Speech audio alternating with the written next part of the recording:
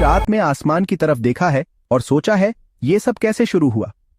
खैर, हिंदू धर्म की किताबों के हिसाब से यूनिवर्स का बनना सिर्फ एक कहानी नहीं है, ये कई कहानियों का एक ताना बाना है, जिसमें हर कहानी पिछली से ज्यादा मजेदार है। चलिए, मैं आपको शुरुआत में ले चलता हूं, जहां सब कुछ बस अंधेरा था, ना धरती ना आसमान, कुछ नहीं। इस सिचुएशन को प्रलय कहते हैं। फिर इस नथिंगनेस से एक गोल्डन एग दिखा, जिसे हिरण्यगर्भ कहते हैं। इसे यूनिवर्स का बीज समझो। कुछ टेक्स्ट्स कहते हैं कि एक दो हिस्सों में बंट गया, एक आसमान बन गया और दूसरा जमीन। महान भगवान ब्रह्मा इस एग से निकले और काम पर लग गए। उन्होंने मेडिटेट किया और उनके थॉट्स से एलिमेंट्स बने, आग, पानी, हवा, आसमान और जमीन। लेकिन यह अकेली कहानी नहीं है। ऋग्वेद एक कॉस्मिक सैक्रिफाइस की बात करता है। पुरुष, दी कॉस्मिक मैन, जिसका शरीर सूरज, चांद, आसमान और यहां तक कि लोग भी बन गया। एक और वर्जन में भगवान विष्णु कॉस्मिक ओशन पर सोते हैं और उनकी नाभि से एक कमल निकलता है और उस कमल से ब्रह्मा दुनिया बनाने के लिए पैदा होते हैं। तो इतनी सारी कहानियों का पॉइंट क्या है?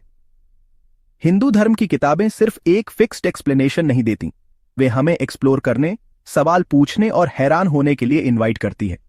चाहे वो अंधेरे में तैरता हुआ एक गोल्डन एग हो, कॉस्मिक पानी पर खिलता हुआ एक कमल हो, या एक बड़ा सैक्रिफाइस हो, हर कहानी एक बड़े पजल का एक पीस है। और यही असली जादू है। क्रिएशन सिर्फ फैक्ट्स के बारे में नहीं है, बल्कि इमेजिनेशन, क्यूरियोसिटी और आंसर्स की हमेशा की तलाश के बारे में है। तो अगली बार जब आप तारों को देखें तो याद रखें, हर कल्चर की अपनी कहानी होती है और हर कहानी हमें यह समझने के थोड़ा और करीब लाती है कि हम कहां से आए हैं। पंच महाभूत, ये 5 तत्व हमारे जीवन और ब्रह्मांड का आधार हैं। आइए जानते हैं इन पवित्र तत्वों को। पृथ्वी, स्थिरता, धैर्य और सहनशीलता का प्रतीक, सभी जीवों का आधार। जल, शुद्धता, जीवन और पोषण का प्रतीक, जल के बिना जीवन असंभव है। अग्नि, ऊर्जा, शक्ति और परिवर्तन का प्रतीक, यज्ञ और तपस्या का मुख्य तत्व। वायु, जीवन की सांस और गति का प्रतीक, प्राण शक्ति जो शरीर को जीवित रखती है।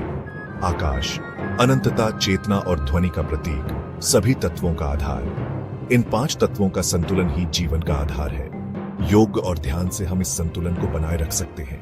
AUM शांति शांति शांति।